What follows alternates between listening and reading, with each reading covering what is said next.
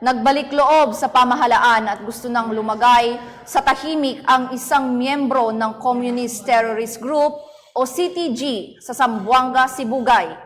Yan ang tinutukan ni Patrolwoman Joyce Abiog.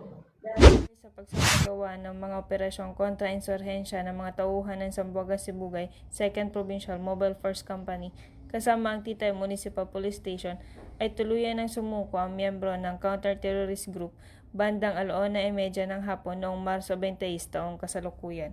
Kinilala ni Police Lieutenant Colonel Clint S. Depp na Force Commander ng Zamboanga, Sibugay 2nd Provincial Mobile Force Company, ang sumuko, 36 anyos, lalaki, magsasaka, pedicab driver at residente ng Purok Bombil 2, Barangay San Fernandino, Artilim, Zamboanga, Sibugay, na dating taga-suporta ng Milisya ng Bayan Guerrilla Front Committee si Compiliciano A, na nag-ooperasyon sa Zamboanga, Sibugay at courier ng mga pagkain at iba pang mga supply. Dahil rito, hinimok pa ni Police Lieutenant Colonel Depnag ang mga natitirang miyembro ng NPA na sumuko at gamitin ng tulong na inialok ng gobyerno sa pamamagitan ng ICLIP at iba pang programa ng kasalukuyang administrasyon upang matulungan silang magkaroon ng bagong pananaw at mapayapang pamumuhay kasama ang kanilang pamilya tungo sa mas ligtas, masaya at maunlad na bagong Pilipinas.